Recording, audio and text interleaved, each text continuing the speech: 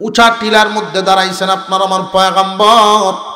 Tiller মধ্যে দাঁড়ায় তিনি বলতেছেন, সাহাবীরা রে, কাজ বন্ধ করো, আমরা সব জাবের রাদিয়াল্লাহু আনহুর বাড়িতে দাওয়াত খাইতে যাইব। জাবেরের বাড়িতে দাওয়াত খাইতে যাইব। এই শব্দ শুনে অনেক সাহাবীরা একজন আর একজনের দিকে তাকায় রইছে, হুজুরে কোন কি? শুনছি জাবের না গরিব মানুষ, এতগুলো মানুষের আয়োজন কেমনে করলো? আসলে কি জাবেরে কিছু জানে নাকি? উনি তো কিছুই জানে না। দাওয়াত তো দিছেন আল্লাহর পয়গম্বর, বিশ্ব নবী সবাইকে দাওয়াত করে ফেলছেন, আসো আল্লাহর পয়গম্বর সামনে সামনে যান। 1000 সাহাবী খুশিতে বাগ বাগ হয়ে পিছনে পিছনে যায়। কয়েকদিন যাবত মাটি কাটি, হালকা নাস্তা বা খেজুর পানি খায়া মাটি কাটি, আজকে বুঝি পেট ভরে খাইতে পারবো দাওয়াত। আল্লাহর পয়গম্বর সামনে সামনে, 1000 সাহাবায়ে কেরামের দল পিছনে পিছনে যাইতেছে। দৃশ্যটা জাবের দূর থেকেই দেখে ফেলছেন। এত পেরেশান হয়ে গেছেন, তিনি চিন্তায় পড়ে গেলেন, কি হইল কি হইল? আমি যে বললাম হুজুর আপনি কেউ সাথে নিলে আমার কোনো আপত্তি নেই, হুজুর দি সব লয়ে আইতেছেন। একবার ঘরে যান আর একবার বাইরে যান, একবার ঘরে যান আর একবার বাইরে যান। বিবি জিজ্ঞাসা করেন, স্বামী এত পেরেশান কোন কারণে একটু বলেন দেখি। খুশি তো থাকার কথা, বিশ্বনবী আসতেছেন বাড়িতে। একজন বড় হুজুর যদি কারোর বাড়িতে আসার সংবাদ থাকে, বেটার মন বালা থাকে। বিশ্বনবী আসবেন আপনার বাড়ি। জাবের রাদিয়াল্লাহু তাআলা আনহু বলেন, এই কারণে তো মনটা খুশি আছে, কিন্তু তুমিও বুঝবা, তুমি একটু তাকায়া দেখো। তিনিও যখন তাকায়া দেখলেন বিশাল বাহিনী আসতেছে, জাবেরের বিবি দিনদার বিবি জিজ্ঞাসা করেন, স্বামী যেইভাবে আমরা পরামর্শ করেছিলাম, আপনি কি আল্লাহর পয়গম্বরকে এইভাবে দাওয়াত দেন নাই? হ্যাঁ, এইভাবে দাওয়াত দিয়েছি। আগে বলেছি আমার ঘরে 3 কেজি আটা, একটা ছাগলের বাচ্চা আছে, এর ভরে দাওয়াত দিছি। ও স্বামী, উনি যে সত্য নবী, আল্লাহর পয়গম্বর যে সত্য নবী, এতে আপনাদের কোনো সন্দেহ আছে নাকি? যে না না, সন্দেহ নাই। তাহলে তো আমাদের কোনো চিন্তার কারণ নাই। আমি তো মনে করি 1000 কেন গো, নবীজি সব মানুষ নিয়েও যদি মদিনার সব আসে, তবু আমাদের চিন্তার কোনো কারণ না। বেটি কত দিনদার, কত বড় ভরসা। আল্লাহর পয়গম্বর আসলেন, যাবে নাস্তা পাকাইছো? জি হুজুর, তৈরি হয়ে গেছে। পাতিলগুলো সামনে আনো, ডাক নাও দাম করিও না। পাতিলগুলো সামনে আনো, ডাক নাও দাম করিও না।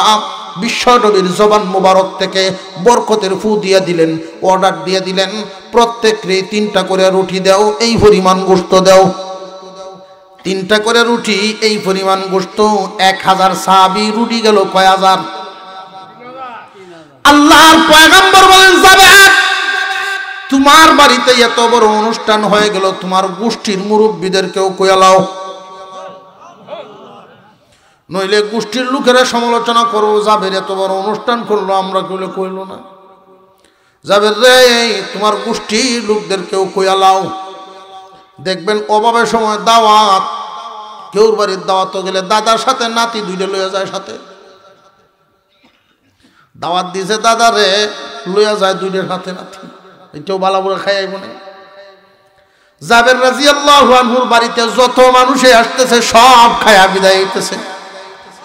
অবশেষে জাবের রাস্তায় বেরিয়ে গেছেন, ডাকতেছেন, আসনি কেউ খাওয়া থাকলে এখন আসো, পরে আইলে আর ভাইতা না। আল্লাহর পয়গম্বর নিজে খানা খাইলেন। জাবের, তুমি তোমার বিবিরেও খানা খাওয়াও, তুমিও খাও, আমি নবীরেও খাইতে দাও। খাওয়া শেষ হয়ে গেল, এবার ডাক না উদাম করো। ডাক না উদাম করে দেখে বেশি অর্ধেক রইছে। আল্লাহ পাক রব্বুল আলামিন রহমত ঢেলে দিছেন। জাবের রাদিয়াল্লাহু তাআলা আনহুকে নবীজি বলেন, জাবের রে, তোমার ঘরে এই ছাগলের বাচ্চাটাই বুঝেছিল? জি হুজুর। আমার সাহাবীরা যে খায়া গেল, এই কাটাগুলো সবাই না জমা করো কেন? সবাই না যখন জমাইলেন, বিশ্বনবী স্তূপটার উপরে হাত মোবারক রাখলেন, কি জানি পড়তেছেন, পড়তে পড়তে একটু পরে তাকায়া দেখেন জাবের অবাক হয়ে রইছেন। একটা হার আর একটা হারের সাথে জোড়া লয়, একটা হার আর একটা হারের সাথে জোড়া লয়। কিছুক্ষণের ভিতরেই পুরা ছাগলটাই জমিনে দাঁড়ায় গেছে। জিবরাইল আলাইহিস সালাম আপনার আমার নবীর কাছে আসলেন। ইয়া রাসূলুল্লাহ, ইয়া হাবিবাল্লাহ, ইসলামকে দুনিয়ার জমিন থেকে মিটিয়ে দেওয়ার জন্য চক্রান্ত হচ্ছে মক্কায়। সম্মিলিতভাবে সকল গোষ্ঠী এক হয়ে একসাথে মদিনায় হামলা করবে, একজন মুসলমান কেউ বাঁচতে দিবে না, এমনকি আপনার উপরেও হামলা করা হবে। খবর কইছেন কে? জিবরাইল আমিন। জিবরাইল আমিনের খবরের মধ্যে কোনো সন্দেহ আছে? ইয়া রাসূলুল্লাহ, ইয়া হাবিবাল্লাহ, সাহায্য তো আল্লাহ করবেন, কিন্তু আগে আপনার তো তৈরি হইতে হবে। আল্লাহর দ্বীনের জন্য আগে কদম বাড়ানো, এরপরে আল্লাহর রহমতের আশা করা। যে কোনো কাজের বেলায় নিজে আগে শুরু করা, এরপরে রহমত তালাশ করা। নবীজি আপনার সাহাবীদেরকে জরুরি বৈঠক ডাকেন, পরামর্শ করেন কেমনে মোকাবেলা করবেন। আপনাদের এই গ্রামটা নাম কি? দক্ষিণ উলুখলা। ঢুকার জন্য কি রাস্তায় একটা না অনেকগুলো? উদাহরণস্বরূপ যদি এই গ্রামে শত্রুপক্ষ ঢুকতে চায়, চতুর্দিক থেকে যদি আসতে থাকে, কয় দিক দিয়ে ফিরাইবেন? মদিনার যেই ম্যাপটা যারা গিয়েছেন তারা দেখছেন 3 দিক দিয়েই পাহাড়, একদিক দিয়ে খোলা, ওই খোলা জায়গাটা দিয়ে ভিতরে ঢুকতে হয়, কিন্তু ভিতরে ঢুকে গেলে আবার চতুর্দিক দিয়েই তো তাদের উপরে হামলা করতে পারবে। মুসলমানের সংখ্যা ছিল কম, আদমশুমারি হয়েছিল তখন মুসলমানের সংখ্যা নারী পুরুষ ছোট বড় সব মিলায় হইল 3000। কয় হাজার? 3000 মুসলমান ইসলামের প্রায় শুরুর যুগে। নবীজি সাল্লাল্লাহু আলাইহি ওয়াসাল্লাম চিন্তায় পড়ে গেলেন, আমি কি এই মুহূর্তে জিহাদের প্রস্তুতি নিব না নিব না? যদি জিহাদের প্রস্তুতি আমরা না নেই, কাফেররা চতুর্দিক থেকে হামলা করবে, আমার নিরীহ মুসলমানদের উপরে আঘাত করবে। আমাদের অস্ত্রের যুগ কম, সৈনিকের জোরও কম, তারার অস্ত্রের জোরও বেশি, সৈনিকের জোরও বেশি। কিন্তু আমি যে এই মুহূর্তে ডাক দিব, অনেক আছেন নতুন মুসলমান, এই নতুন মুসলমানরা যদি মনে কষ্ট পায়া পিছু হয়ে যায়, পিছু টান, অথবা যারা ইসলামকে ভালোবেসে মন থেকে তৈরি হয়ে আছে যে একটু সময়ের ব্যাপার আমরাও মুসলমান হইব, তারা এই দৃশ্য দেখে হয়তো পিছু হয়ে যেতে পারে। বিশাল ব্যস্ততার সময়, কাজের সময়, এই টাইমে আমি সাহাবীদেরকে যুদ্ধের সংবাদ শোনাইলে তারা কেমনে নেয়?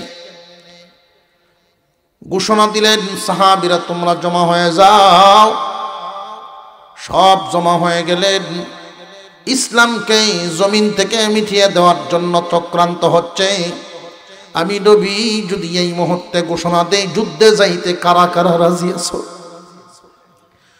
ওই দিন একটা মানুষও হাত নিচে রাখেন নাই, সব মানুষ হাত উপরে উঠায় ফেলছে। কুরবানি কারে কয়? সারা বছরের খুরাকির কোনো চিন্তা নাই, নবীর কথার চিন্তা। ইসলাম জিন্দা রাখতে হবে, এই হলো তাদের দিলের তামান্না। সারা বছর খাইব নাকি উপবাস থাকবো, এই কোনো চিন্তা নাই।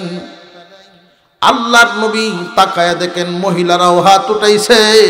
একজন মহিলা নিজের হাতটা তো উপরে উঠাইছে, কুলে একটা বাচ্চা ছিল, বাচ্চার হাতটা উঠায় রাখছে। হুজুর আকরাম সাল্লাল্লাহু আলাইহি ওয়াসাল্লামের মন ভরে গেছে, উনি শুকরিয়া আদায় করছেন। যাও, সিদ্ধান্ত পরবর্তীতে জানানো হবে। মুরব্বী সাহাবীদেরকে নিয়ে বৈশা গেলেন মিটিংয়ে। কিভাবে মোকাবেলা করা যায় বুদ্ধি বাহির করো। আল্লাহর পয়গম্বরের চেহারা মুবারকের মধ্যে চিন্তার ছাপ, মুস্কি হাসি নেই। আবু বকরের ভাল লাগে না। ইয়া রাসূলুল্লাহ, ইয়া হাবিবাল্লাহ, আপনার চেহারা মলিন দেখলে আমি আবু বকর সহ্য করতে পারি না। ইষ্টি গোষ্ঠী আত্মীয় স্বজন সব ছেড়ে আমি হিজরত করে চলে আসলাম এই চেহারা মুবারকের মধ্যে মুস্কি হাসি দেখার জন্য। গো নবী। হযরত উমর সামনে দাঁড়ায় গেলেন। নবীজি, আমি খাত্তাবের ছেলে উমরের বুকে এক ফোঁটা তাজা রক্ত থাকতে কোন কাফিরকে মদিনায় ঢুকতে দিব না।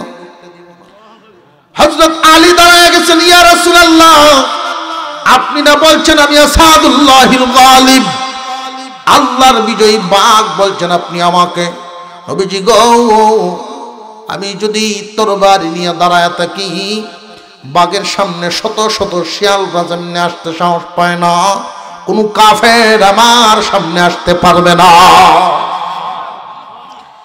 নবীজি শুনতেছেন কেমনে মোকাবেলা করা হবে। এক একজন এক এক ধরনের পদ্ধতি বাতলাইতেছেন। এমনি এই মজলিসের মধ্যে একজন ছিলেন যার নাম ছিল সালমান ফারসি রাদিয়াল্লাহু তাআলা আনহু, যিনি ইসলাম গ্রহণ করেছিলেন। ইসলাম গ্রহণ করার সময় ওনার বয়স ছিল 120 বছর। একটু জোরে কর না সুবহানাল্লাহ। 120-এর মানুষ কি পাওয়া যায় আজকে? যদি পাওয়া যায়ও নাতিরা কেলমাস কারাম করবো। আজরাইল কি ডরায় আইয়া না নাকি? তা তুমি যাও না খেল লাগিন।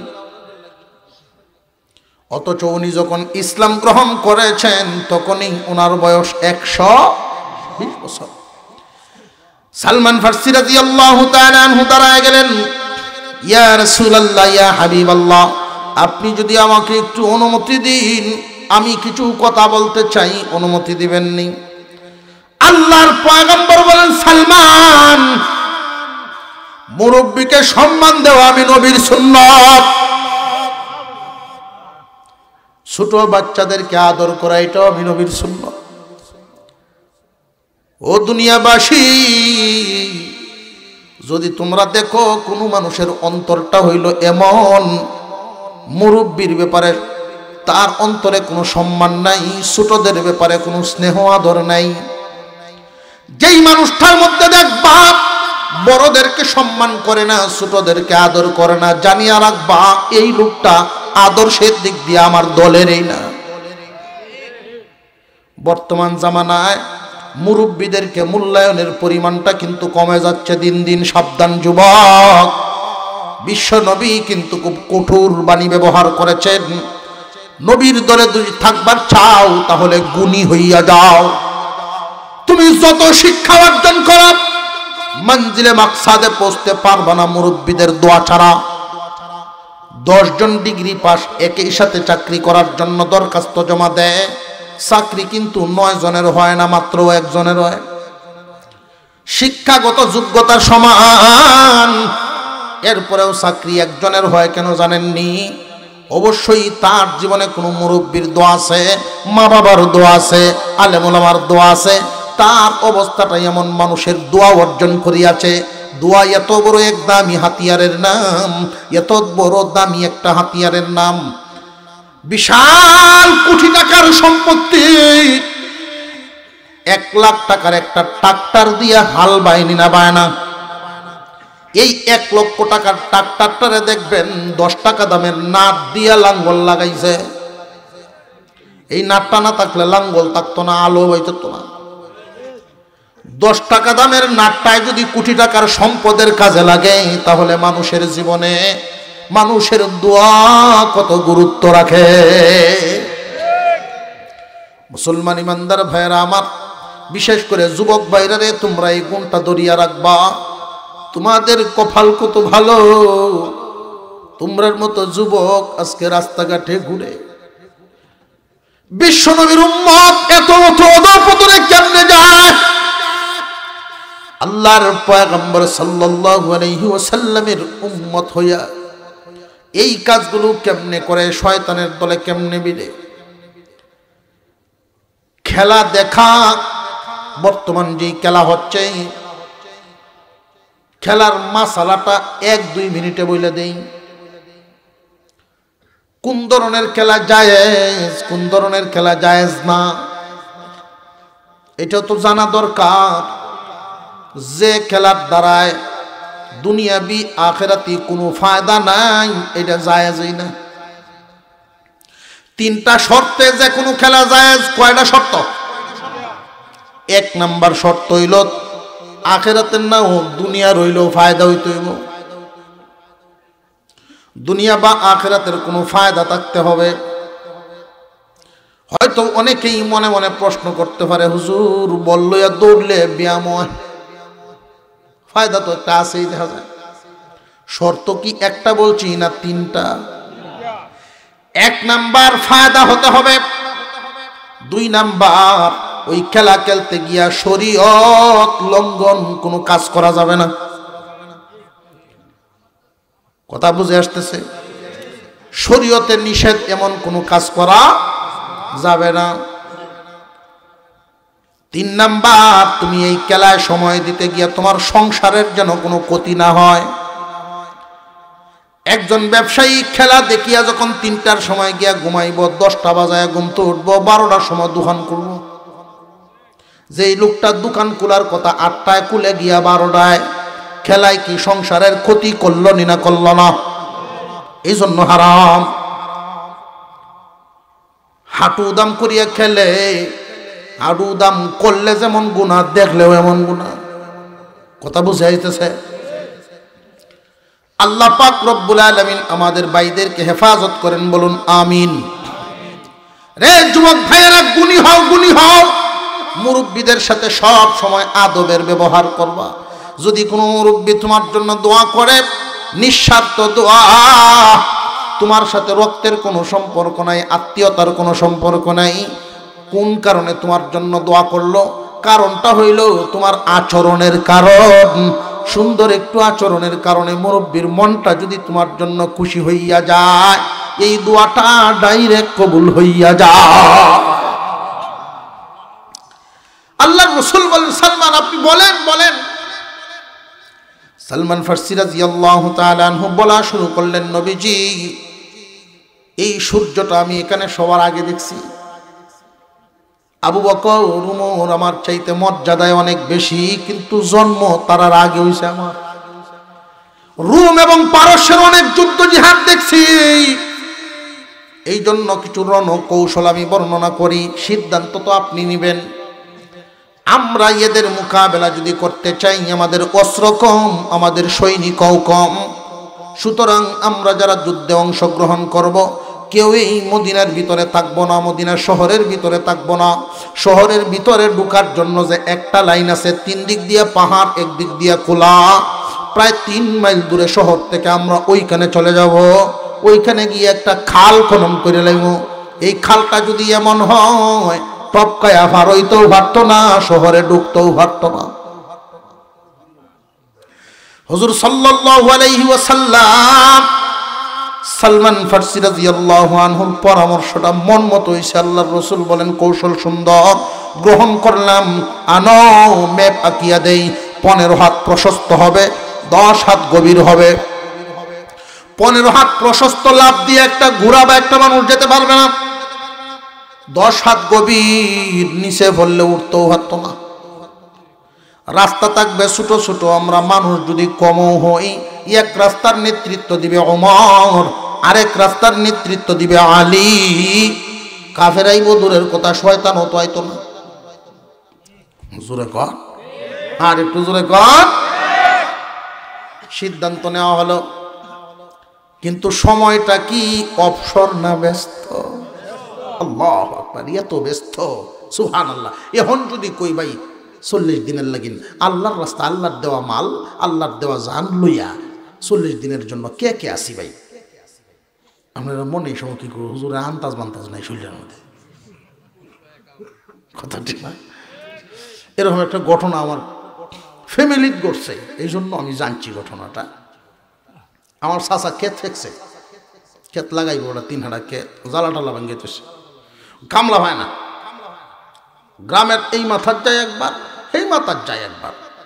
কামলা যারা ঠিক করে অন্য হন্ত বৃষ্টি বেশি হলে হেন দেখা বেটার গুসাকালি উঠতেছে শরীর। আমরা মহল্লার মসজিদে চিল্লার জামাত আইছে। তো চিল্লার জামাত বা 3 দিনের জন্য যারা গেছেন তারা জানেন গাছের 2টা নিয়ম আছে, খুসুসি অমুমি আছে না? নাই? এই খুসুসি গাছের সময় দুইজন জোড়া মিলায় আমি শব্দ দিয়ে যাও, যারে ভাও দূরে লইও অথবা হাড় মধ্যে রেখেইও, এরকমই তো উদ্দেশ্য। দেখবেন আমি সাবরে প্রস্তাব জানায়, হুজুর ও মুখরে সলিমুদ্দিরে আমার সাথে দেদু ভাই পছন্দ জানায়, পছন্দ হইল 2টা টানুইয়া, উদ্দেশ্য রইল এইটা। তা আমি সবাই বুঝে সেটি তো ভালো হইতো আইসে, আচ্ছা একটু সুযোগ দিয়ে দিই, বাইরে গিয়ে একটু টানে টুনে আয় রোক। দাওয়াত হইল, মনের মতো 2-4 কথাও কইলো, যা টানে টুনে আয় রোক। 2 গইরিয়া বেড়া এক হুজুর ভোট দিছে, এরা আইয়া আমার চাচার সাথে দেওয়া হয়েছে। সালাম দিয়াই মুসাফা করে, ভাই আমরা আইসি চিল্লার জামাত, আমরা সাথে নগদ চলেন করতে। বেটার মাথা তো আগে গরম হয়ে রয়েছে। আপনার বাড়ি কই? কাম দুনিয়ামি নাই আপনারা? কেলা কই চিল্লাইতেছেন? এটা কি চিল্লা সিজন? এখন হেই বেড়ে তো এমনি করিয়া বেড়ে না, আগের থেকে আই তো বালা বানানোর লাগে মনে হয় বউ তাক ধরে ভাড়াইছে, একটু বালা হয়ে আয়। এখন তোমরা চাচার সাথে লাগিয়ে বলছো তর্ক, লাগিয়ে 2 বেড়ায় 2 হাতে ধরিয়া আমার চাচারা চেষ্টায় মসজিদে নিজে যাইতেন না হিমিয়া দরবার যাটা ওইবার পরে হইব। আমি সব দৌড়িয়ে বাইরেছি, কি সব প্রনাশটা করছে রে, কি সব প্রনাশটা করছে। ঘটনা কি? ঘটনা সব শুনলেন। অবশেষে সবার রাগ থামছে, আমার চাচাও ঠান্ডা হয়েছে। কয় আমার তো মন চায় আল্লাহর রাস্তায় আসার জন্য, কি করতাম? এই যে সমস্যা।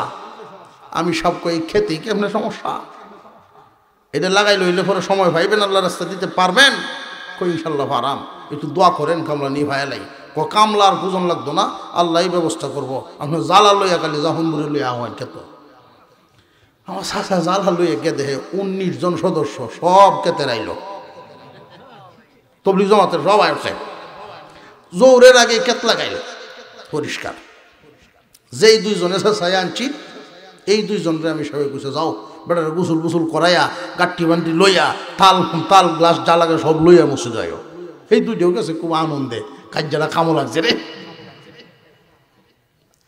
আল্লাহ একটা উসিল্লায় যে এই যে মসজিদ হামাইছি, এখন তো দিনদার নামাজ বাদ যায় না, আর রইল নামাজটা হল কামো লাগছে না।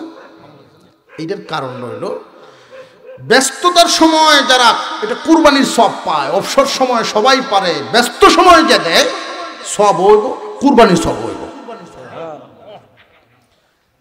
হুজুর আকরাম সাল্লাল্লাহু আলাইহি ওয়াসাল্লাম ঘোষণা দিয়া দিলেন, যুদ্ধের তারিখ ঠিক করা হলো। আল্লাহর নবী বলেন, তোমরা তো প্রত্যেকে যুদ্ধে যাইতে রাজি আছো? জি হুজুর রাজি আছি।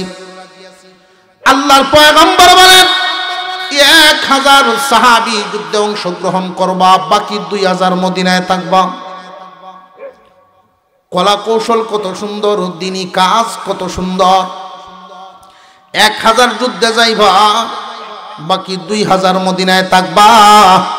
তোমরা তোমাদের গাছের খেজুর তো লামাইবাই, যারা যুদ্ধে যাবে তাদের টেও লামাইয়া দিবা। তোমরা যুদ্ধে অংশগ্রহণ করার সম পরিমাণ সওয়াব আল্লাহর পক্ষ থেকে পাইবা।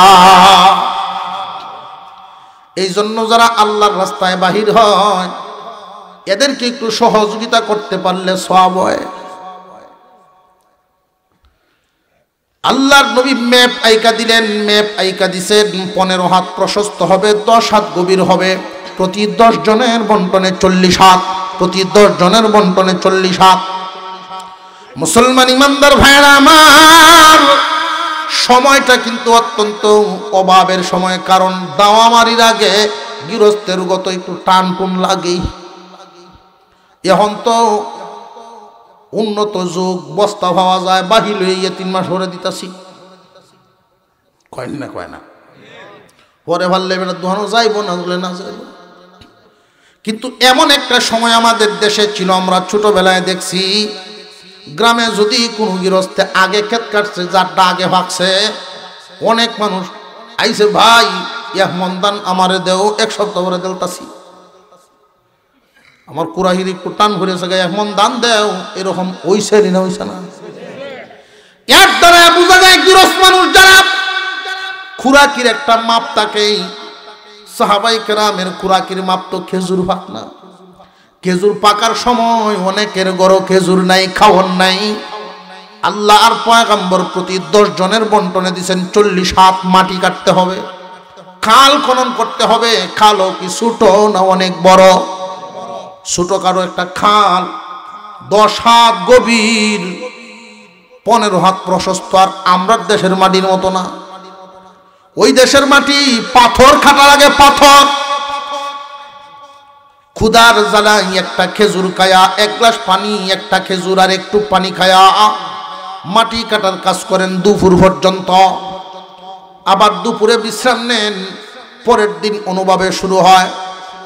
এই অবস্থা যখন যাইতে লাগলো, আল্লাহ আর পয়গম্বরের সামনে একজন সাহাবী, চেহারাটা বড় মলিন হয়ে গেছে, অধৈর্য বাপ। আল্লাহর পয়গম্বরের সামনে আসছে, ওগো নবীজি দেখেন পেটের ক্ষুধার জন্য আমি পেটে পাথর দিয়ে চাপ দিয়ে রাখছি। তখনকার সময় এটা একটা নিয়ম ছিল, পেটে যদি বেশি ক্ষুধা লাগতো পেটে বান দেওয়া অথবা পাথর দিয়ে চাপ দিয়ে রাখলে খিদাটা একটু হালকা মনে হয়। আল্লাহর পয়গম্বরের সামনে দিনের জন্য যারা কুরবানি করছেন ওই সমস্ত সাহাবীদের একজন সাহাবী পেটটা দেখাইলেন, নবীজি গো আর কোমর সোজা করতে পারি না। বিশ্বনবী রাহমাতুল লিল আলামিন এই সাহাবীকে নিজের অবস্থাটা দেখায় দিলেন। এই সাহাবী তাকায় দেখেন, আপনার এই সাহাবী লজ্জায় মাথা নিচের দিকে দিয়া দিল। যার উসিলায় আল্লাহ পাক দুনিয়া আসমান বানাইছেন, তার যদি হয় এই অবস্থা, আমি কার সামনে কি দেখাই? এই দৃশ্যটা দেখছেন একজন সাহাবী, তিনিও গরিব মানুষ, কিন্তু বাড়িটা খুব কাছে। যার নাম ছিল জাবের রাদিয়াল্লাহু তাআলা আনহু। আপনার বাড়ির পাশে যদি কিশোরগঞ্জ থেকে 2-4 জন লোক আয়া কাজ করেন, 1 গ্লাস পানির দরকার হইলেও তো আমরা কাছের বাড়ির তো দিব, স্বাভাবিক এটাই। জাবের রাদিয়াল্লাহু তাআলা আনহু ভাবতে লাগলেন, হাই রে অভাবের সময়, কিন্তু বিশ্ব নবীর পেটে পাথর আমার সহ্য হইতেছে না।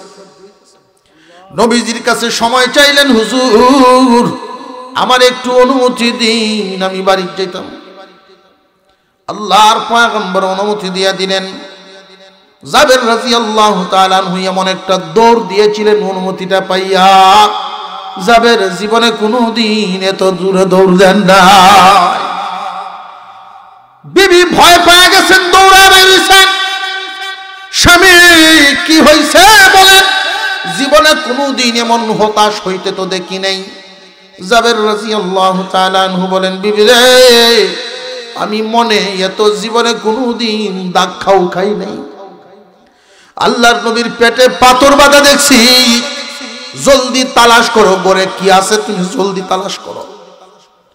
বিবি পাগলের মতো খোঁজা শুরু করলেন। কয়েকটা ফাতিল থেকে আইনা কিছু আটা একত্রিত করছেন, কিছু আটা পাওয়া গেছে। 2.5 থেকে 3 কেজির মতো আটা হবে। আল্লাহর পয়গম্বরকে নাস্তা দেওয়া যাবে, খিচুড়ি পাকায়াই হোক অথবা রুটি বানায়া হোক। কিন্তু বিশ্ব নবীকে যদি খানা খাওয়াই, শুধু আটা দিয়ে কেমনে খাওয়াই বুদ্ধি করতেছেন। জাবেরের বিবি দিনদার বিবি, হুজুর যে বলে গেছেন মহিলাদের সম্পর্কে আলোচনা, এই মহিলা মাদ্রাসাগুলো উম্মতের জন্য বর্তমান জামানায় একদম জরুরি, অত্যন্ত বড় নিয়ামত। ফেতনাবাজ নারী চতুর্দিকে তৈরি হইতেছে, এইগুলোর থেকে অন্তত পক্ষে কিছু গুণী নারী তৈরি হইব। নারী যদি দিনদার হয়, স্বামীর জন্য দিনের পথে চলা সহজ হয়। নারী যদি দিনদার হয়, মহিলাটা যদি দিনদার হয়, স্বামীর জন্য দিনের পথে চলা সহজ হয়।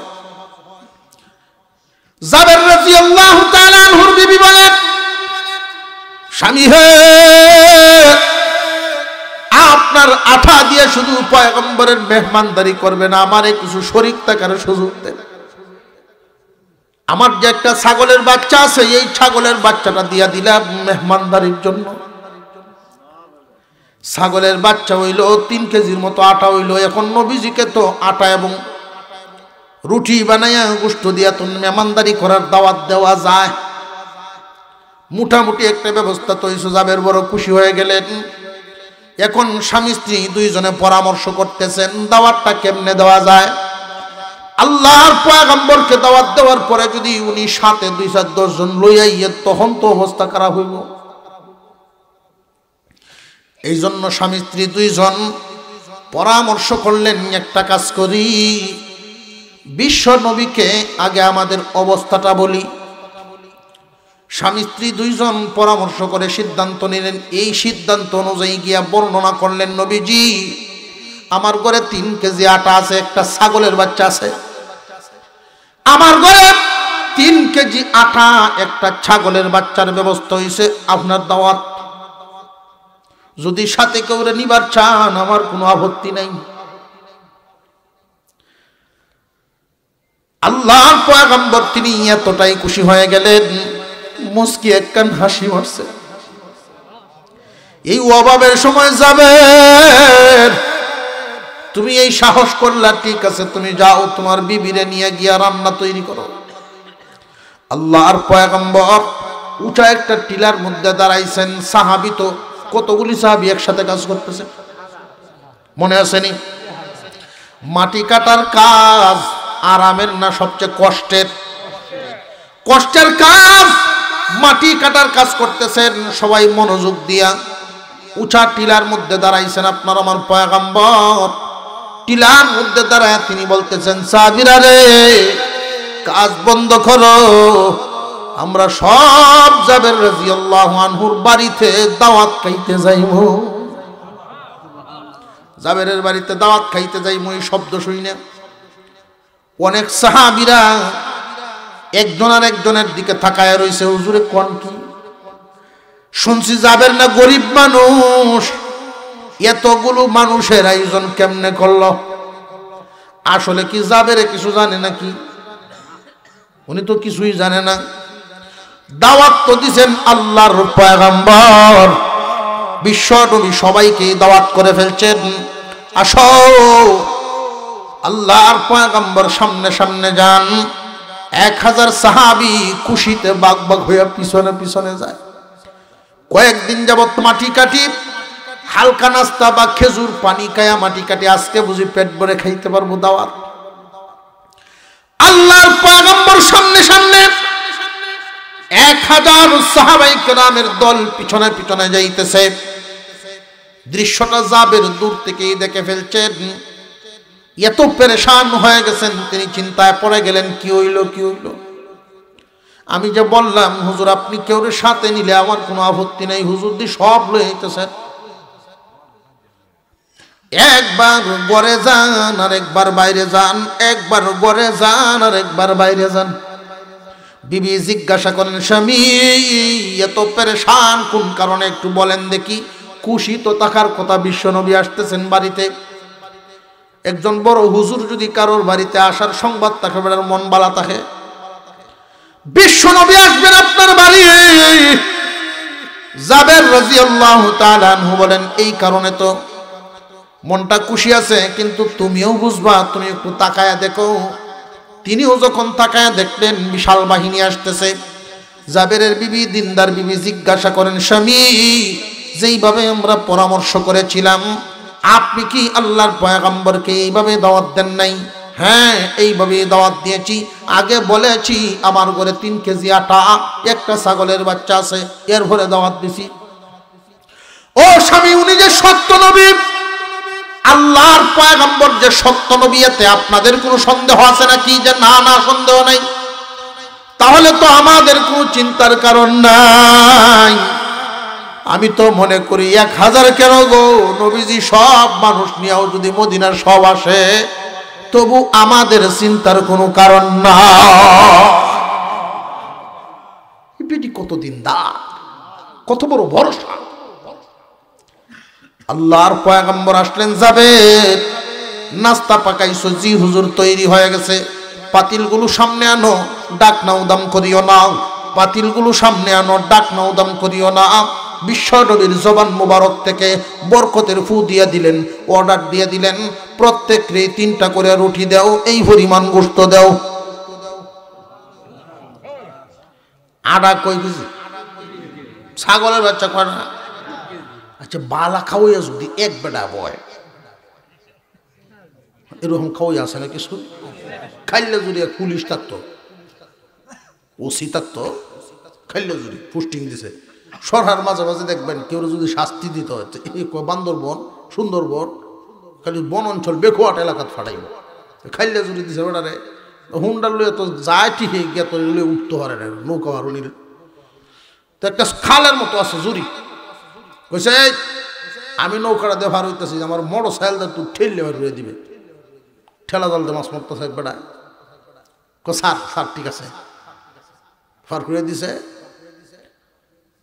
কয়টা এক কাম করিস, এই যে অমুকের যে একটা হোটেল আছে এনো, মাস্টার্স মারি গোসল করিয়া আয়া আমি কয়ে যাইতেছি, তুই নাস্তা করিস আমার পক্ষ থেকে, আমার যে কামটা করে দিস তুই নাস্তা করিস যা।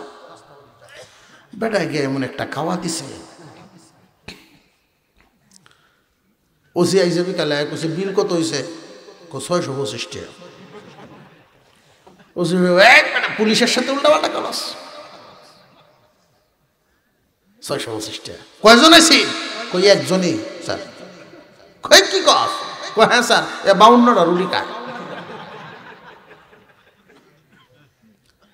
কই এমন জানলে তুমি 20 টাকা হাই দিলাম রে, আমি মনে হচ্ছে যে 20,000 না 30 টাকা খাই এলো নাস্তা, এরকম সব বনে সে খাওয়াইয়া, এর নাস্তার দায়িত্ব গেলা নেই গো।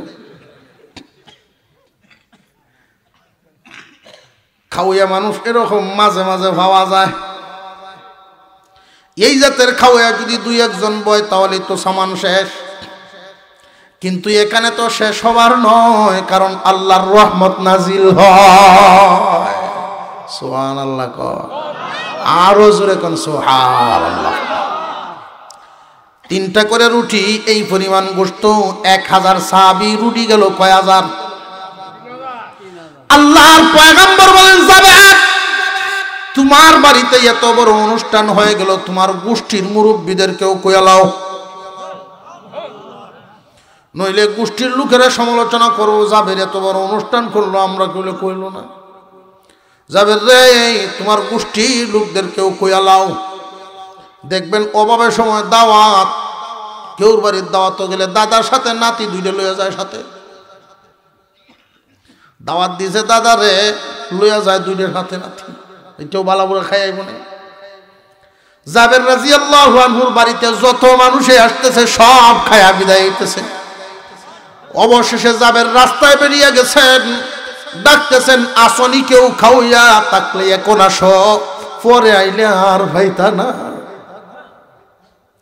আল্লাহর পয়গম্বর নিজে খানা খাইলেন, যাবে তুমি তোমার বিবিরেও খানা খাওয়াও, তুমিও খাও, আমি নবীরেও খাইতে দাও। খাওয়া শেষ হয়ে গেল, এবার ডাক না উদাম করো, ডাক না উদাম করে দেখে বেশি অর্ধেক রইছে।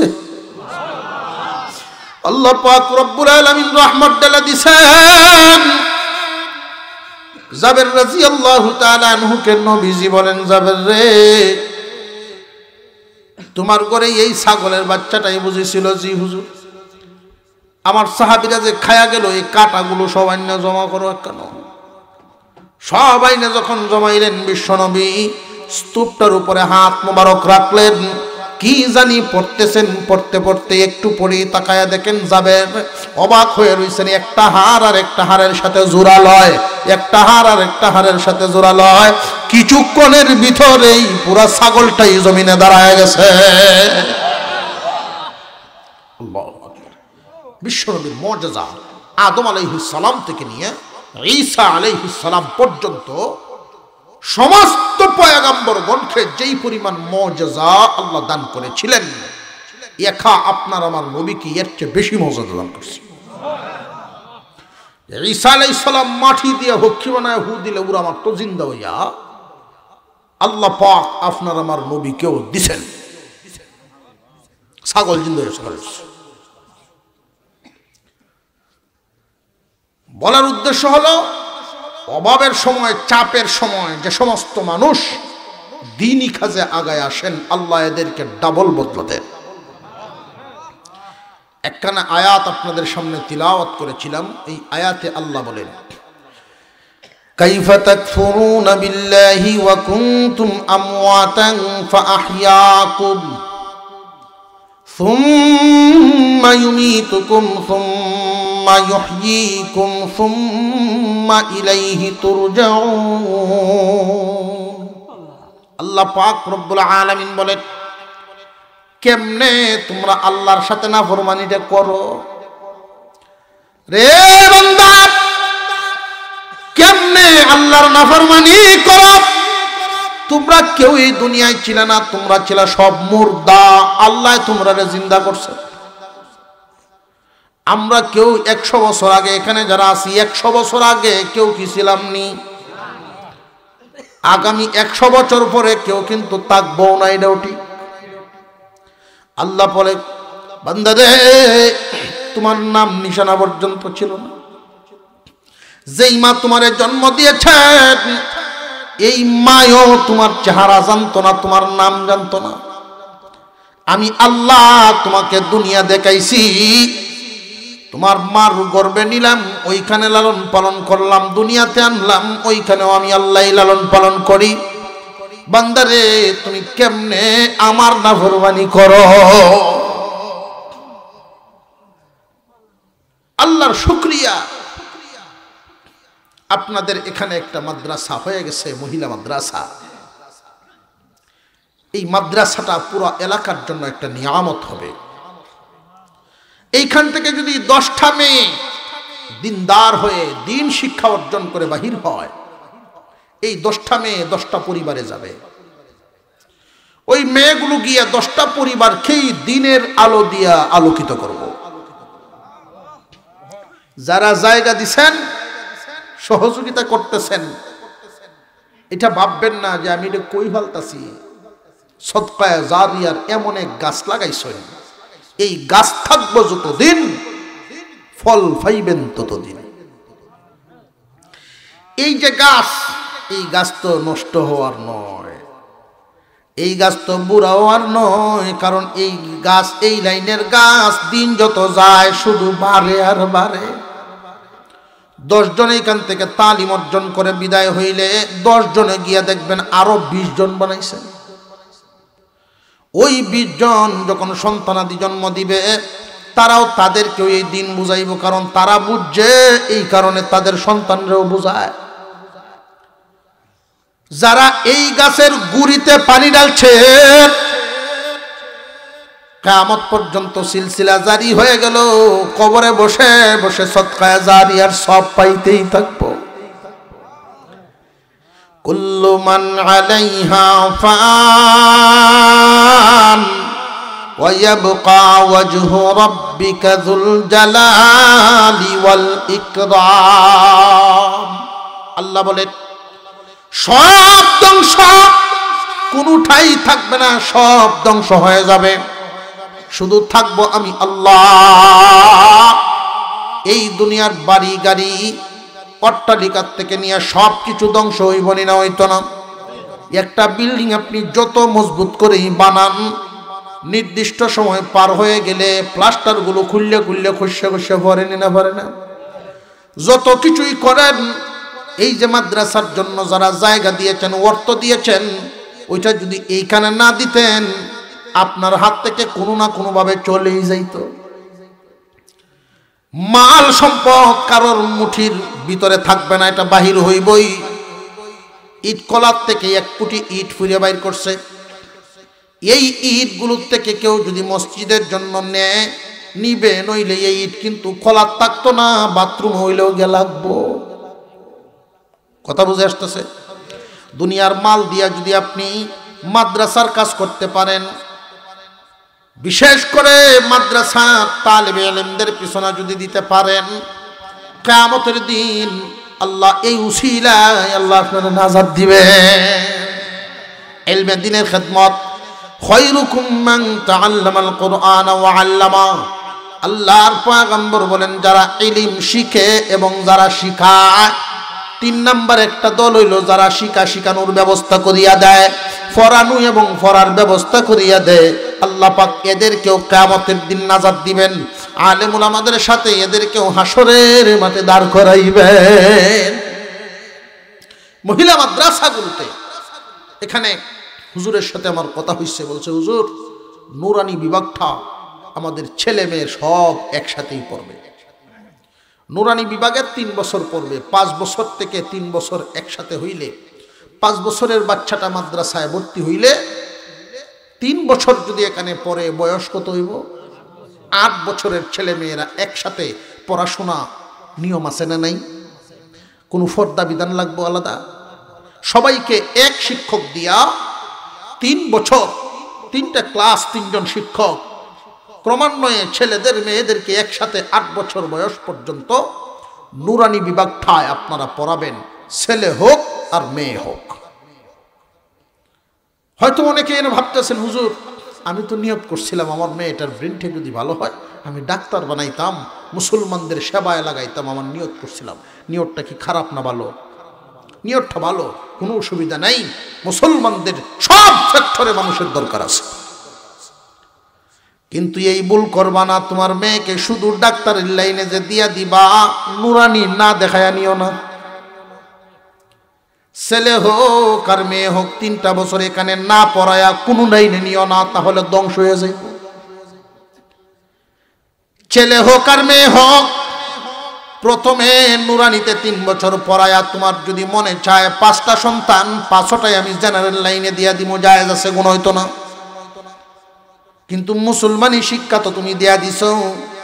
3 বছর এখানে পড়লে যেই যোগ্যতাটা তার হবে, 30 পারা কোরআন সহি শুদ্ধভাবে দেখে দেখে তিলাওয়াত করা শিখে ফেলবে।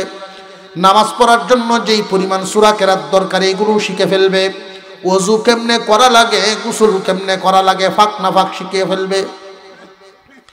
একজন মানুষ মা শুধু জানেন ওযু গোসল কেমনে জানাল করা লাগে, মেয়ে জানে না, অথচ তার জন্য দরকার আছে না নাই? এই প্রাথমিক শিক্ষাটা বাবার জন্য যেমন দরকার, ছেলের জন্য এমন দরকার, মার জন্য যেমন দরকার, মেয়ের জন্য এমন দরকার। সবার উপরে নবীজি ফরজ বলছে। আমরা করি কি, 5টা যদি সন্তানাদি থাকে, জামা বউ 2 জনে গফ করে, একটারা দেলাই আল্লাহর রাস্তায় আর অন্যটিরা রাখি।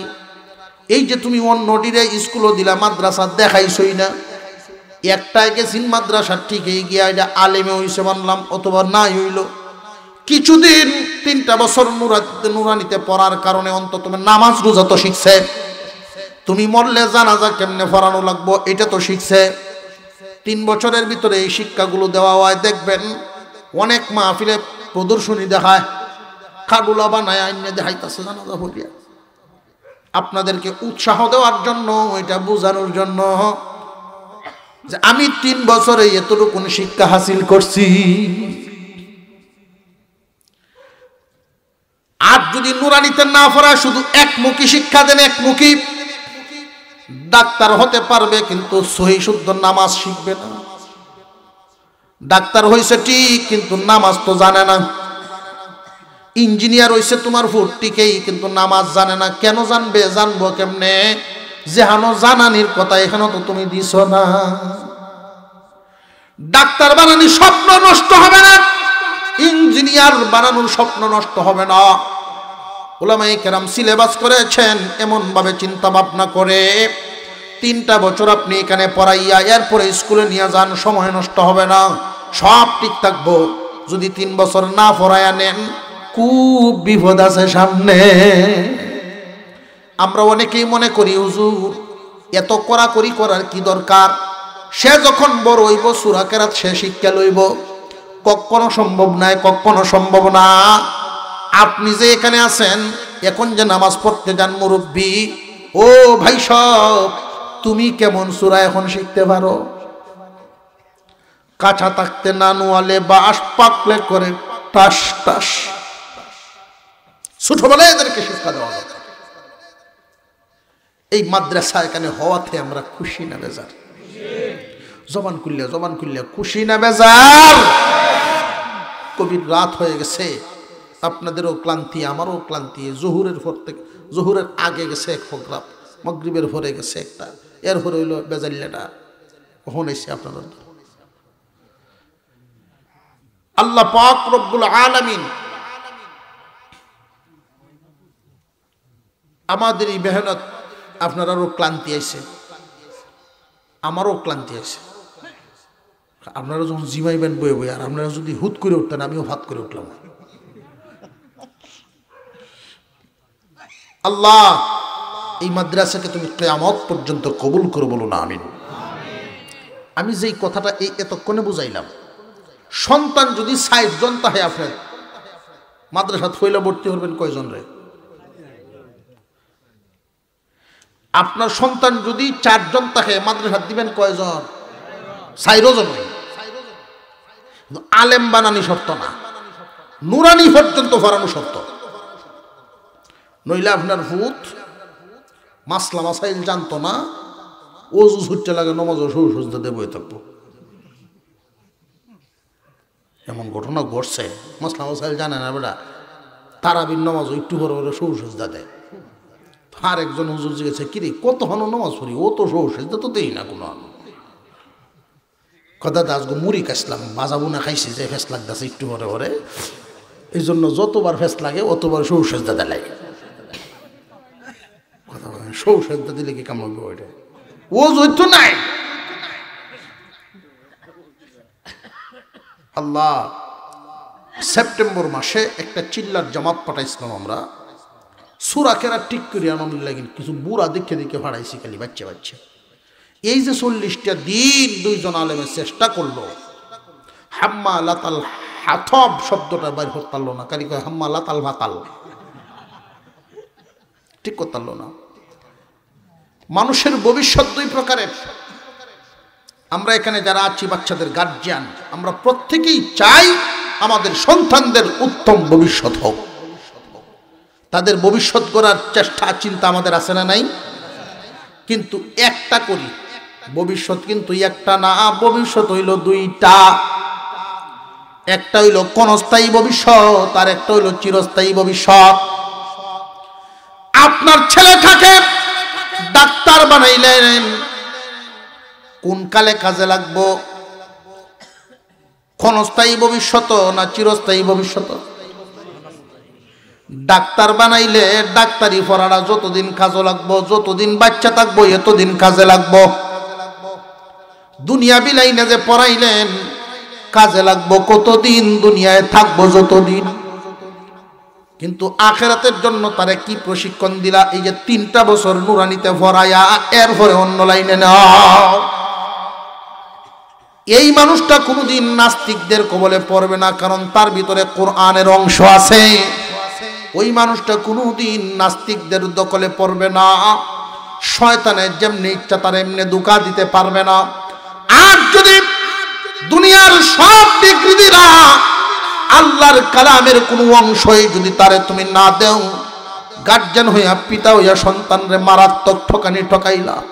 নবীজি বলেন, ইন্নাল্লাযী লাইসা ফী জাওফিহি শাইউম মিনাল কুরআন কাল বাইতিল খাদীব।